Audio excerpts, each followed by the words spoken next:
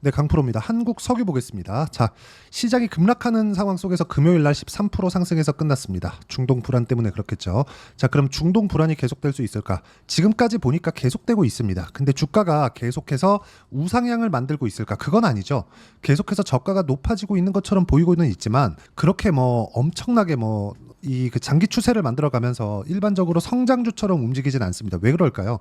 이익의 폭이 늘어나지 않기 때문에 그렇습니다. 이게 가장 중요해요. 그래서 한국 석유는 테마주로밖에 사용할 수 없다. 근데 그걸 우리가 저점이라고 여기서 잡고 저점이라고 여기서 잡고 저점이라고 여기서 잡을 수 있을까요? 일반적으로 여기서 어떤 패턴에 의해서 주가가 움직인다면 그런 부분을 누구나 공부를 해서 그렇죠. 정확하게 저점이라고 맞춰서 잡을 수 있겠죠. 이게 아니라는 겁니다. 주식시장은 철저하게 앞으로 좋아질 만한 부분을 가격이 먼저 반영합니다. 근데 앞으로 좋아질 만한 부분이 중동 불안에 대한 이유일까요? 기사도 이렇게 나옵니다. 한국 석유에 대한 기사 검색을 해보면 이런 식으로 나와요. 자, 내용 보시면 어때요? 중동 긴장 고조에 석유 해운주 급등. 그리고 쭉 보면 중동 불안에 뛰는 석유주 증시 하락 속 나홀로 강세. 자, 그럼 우리가 이 기사가 얼마나 잘못된 것인지 그 부분을 한번 체크를 해볼게요. 자, 내용 한번 보겠습니다. 석유주가 강세를 보이려면 유가가 급등을 해야 되죠. 근데 지금 미증시가 급락합니다. 왜 급락해요? 경기 침체 우려감이 있으니까. 경기 침체가 나왔을 경우에 어떻게 됩니까? 유가가 안 좋겠죠. 유가 같은 경우에 지금 어떻게 됐습니까? 급락을 했습니다. 그렇죠? 3.6%. 자, 그럼 유가를 본 우리의 이 한국 석유는 어떻게 돼야 될까요? 떨어지는 게 맞습니다. 자, 그러면 지금 유가가 그쵸? 이미 목요일부터 시작해서 경기 침체 관련된 이슈가 시장을 불어닥친 것은 맞아요. 그런데 한국 석유 같은 건 어떻게 됐나요? 상승을 했죠. 왜 상승이 나왔을까요? 중동 불안. 즉 상승하는 이유는 중동 불안이 나올 수 있는 것 때문에 더 확전될 수 있다는 기대감이 작용한 결과입니다. 유가하고는 문제가 없는 거예요. 그러면 여기서 나오는 실적 관련된 문제, 기본적인 성장주의 범주에 들지 않는다는 겁니다. 즉 올라가는 구간에서 내가 매매하고 그리고 매도하는 구간 잡는 게 중요하다. 오늘은 매도 구간을 어떻게 잡을 것인지 그 내용에 대해서 이야기를 드리도록 할 건데 이런 가격대를 내가 정확하게 잡을 수 있게 되면 다시 말씀드리지만 수익을 꾸준하게 볼 수 있고 그렇게 매매한 결과 제 계좌를 제가 오픈합니다. 1월 1일부터 8월 3일까지 내 계좌 수익률은 366% 수익을 만들어내고 있고요. 그리고 이 내용에 대한 부분은 철저하게 가격을 봤을 때만 이 정도의 수익이 가능하다는 점이 가능하고 자, 그 가격 기준에서 봤을 때 내가 어떤 식으로 매매를 하는지 그쵸? 그 부분을 보여드리기 위함입니다.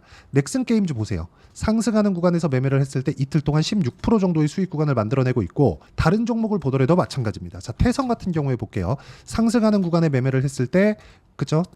한 50% 정도의 수익 구간을 며칠 만에 만들어내고 있는데 매매하는 과정에서 손절이 나올 수 있겠죠. 근데 손절이 나오는 것보다 중요한 게 뭐예요? 계속해서 내가 어떤 타점을 공략하는지가 중요합니다. 매매 전략 중요합니다. 근데 매매 전략도 기본이 있어야 된다는 거예요. 주식은 앞으로 좋아지는 부분을 먼저 반영해서 가격이 올라가는 구조를 철저하게 만들어 가고 있기 때문에 이 구간에서 내가 타점을 잡는 게 중요하고 그 타점 기준에서 내가 봐야 되는 부분은 언제 어느 타점, 즉 상승하는 구간, 돌파 구간에 공략을 해야 되는 게 핵심입니다. 핵심. 이 부분을 이해하지 못하면 이런 정도의 수익, 그렇죠? 실제 제 계좌 수익입니다. 300%가 넘는 계좌 수익을 만들어낼 수 없습니다. 자, 그리고 이 내용에 대한 부분은 제가 계속 진행하고 있는 제 채널에서 진행하는 라이브에서 공유를 해드리고 있고 어떤 식으로 공략을 하는지 그 내용에 대해서 다 무료로 공개를 하고 있으니까 상단에 있는 전화번호로 라이브라고 문자 보내주시면 제가 라이브 입장 링크를 함께 공유를 해드리겠고요. 다 무료로 진행하고 있습니다. 자, 그리고 실제 매일매일 라이브를 할 수는 없기 때문에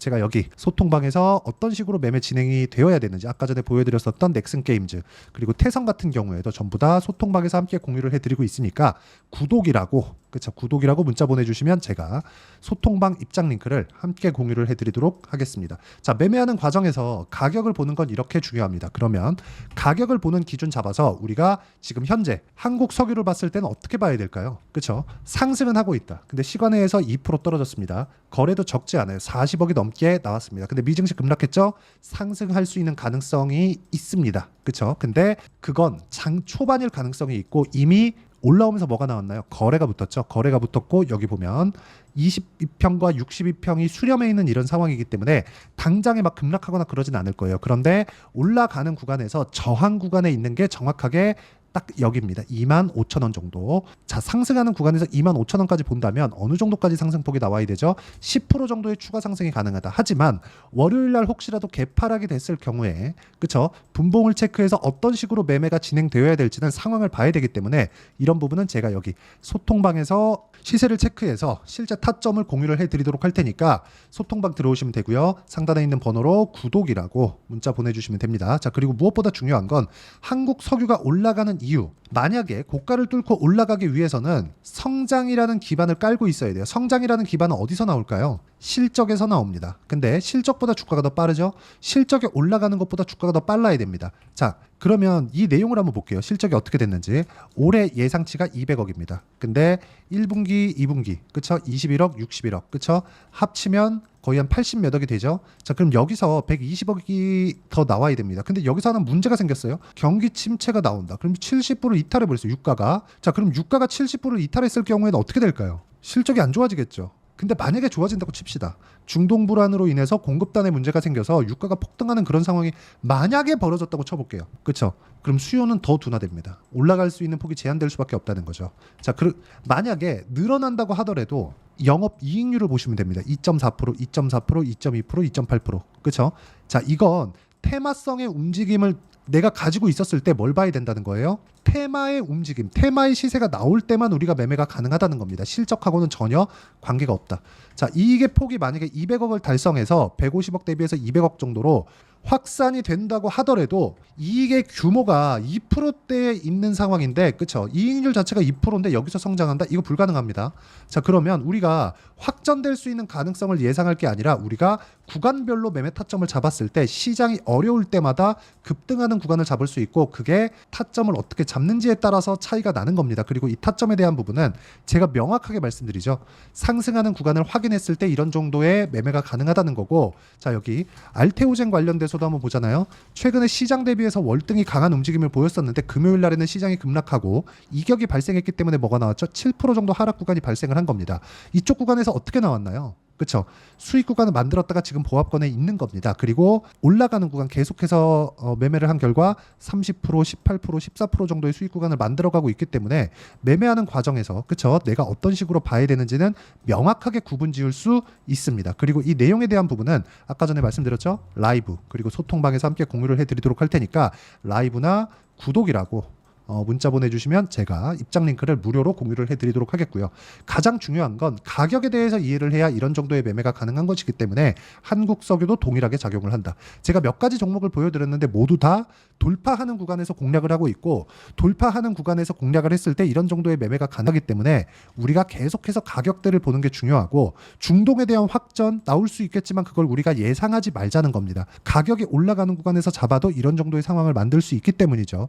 어떤 상황이 나오더라도 성장이라는 기반 없이는 주가가 꾸준하게 우상향할 수 없습니다. 그런데 지금 중동 불안이 너무 가속화되고 있고, 그리고 확전될 수 있는 가능성이 있기는 하지만 이런 부분에 맞춰서 주가가 올라가잖아요. 근데 올라가는 구간에 혹시라도 시장이 돌아섰을 때는 이게 올라간다고 장담할 수 없기 때문에 우리가 매도할 수 있는 매도 타점을 잡는 게 중요하고, 그게 월요일 날 상황에 따라서 변경하기 때문에 그런 부분은 제가 아까 전에 말씀드렸죠. 소통방에서 정확하게 그쵸 어떤 식으로 매도를 잡아야 되는지 제가 타점 공유를 해드리도록 할 테니까 상단에 있는 전화번호로 구독이라고 문자 보내주시면 소통방 입장 링크를 제가 공유를 해드리도록 하겠고요. 이런 식의 매매 관점, 그리고 어떤 식으로 내가 가격을 잡아야 되는지 그 부분에 대해서는 이론적인 부분이죠. 여기 한국석유의 단기 보유 전략. 단기 보유 전략은 2주 동안 내가 어떻게 해야 수익 전환시킬 수 있는가, 그 부분에 대한 내용이고, 그리고 단기 보유 전략과 함께 제가 한국석유의 실시간 타점을 문자로 공유를 해드리도록 할 테니까 상단에 있는 전화번호로 한국석유라고 문자 보내주시면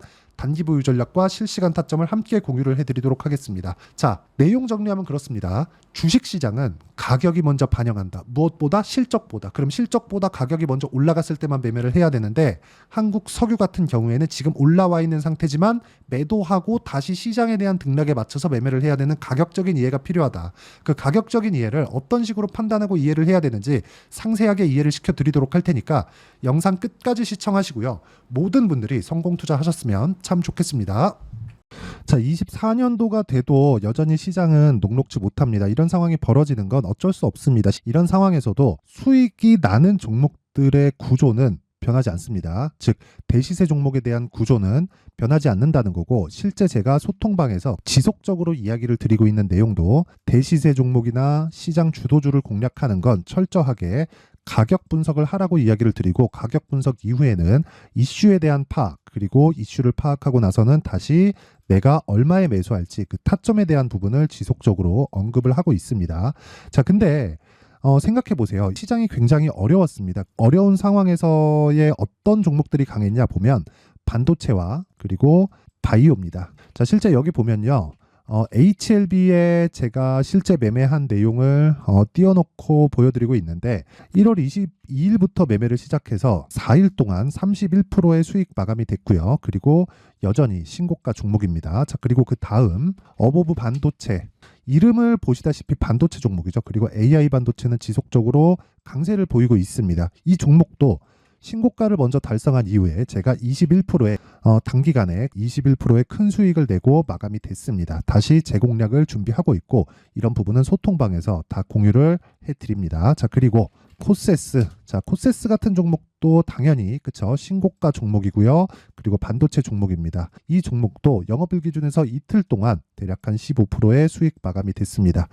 내용을 한번 보시면 어떻습니까? HLB를 포함해서 뭐 30%, 20%, 뭐 15% 이런 식의 수익이 지속적으로 발생하고 있는데, 이 세 종목 모두 다 신고가 종목이고 1월 달에 시장이 약세를 보이고 있는 구간에서도 강했었던 그런 종목입니다. 특징점이 하나 있는데, 그 이슈에 앞서서 가격이 먼저 반영했다는 거죠. 그렇게 제가 가격을 먼저 보고 이슈에 대해서 파악하는 이유는 결과적으로는 큰 시세를 먹기 위한 사전 준비 작업입니다. 실제로 큰 시세를 먹기 위해서 사전 준비 작업을 했을 때 여기 레인보우 로보틱스 127%, 그리고 ISC 98%, 그리고 한미반도체 97%의 큰 수익을 내는 상황을 만들 수 있습니다. 어떤 식으로 소통방에서 진행됐는지, 그쵸, 그 상황을 제가 이야기를 드린 건데, 이런 상황도요 당연히 신고가를 공략했을 때 가능한 겁니다. 자, 그러면 이번에도 마찬가지입니다. 그쵸, 정부 주도의 코리아 디스카운트 해소 방안이 2월 달에 발표를 하고요. 그리고 2월 달에 발표된 내용을 토대로 주가가 움직이는 게 아니라 이미 움직인 내용이 있죠. 실제 이 내용은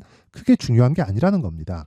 실제 움직인 내용을 보면, 자, 기아차입니다. 실제로 12월 달에 신고가를 만들어 놓고 정부에서 입김을 불어 넣으니까 순식간에 기아차를 포함해서 현대차 같은 거대 기업들의 주가가 2주도 채 되지 않아서 40% 정도의 큰 시세를 냅니다. 자, 그러면 우리는 어떤 종목을 봐야 될까요? 이슈를 파악해야 되는 것도 맞지만 철저하게 가격에 맞춰서 매매를 해야 되는 게 당연히 중요합니다. 정부가 주도하는 정책 방향이 있겠죠. 그 방향에 맞춰서 우리가 종목을 찾을 필요가 있다.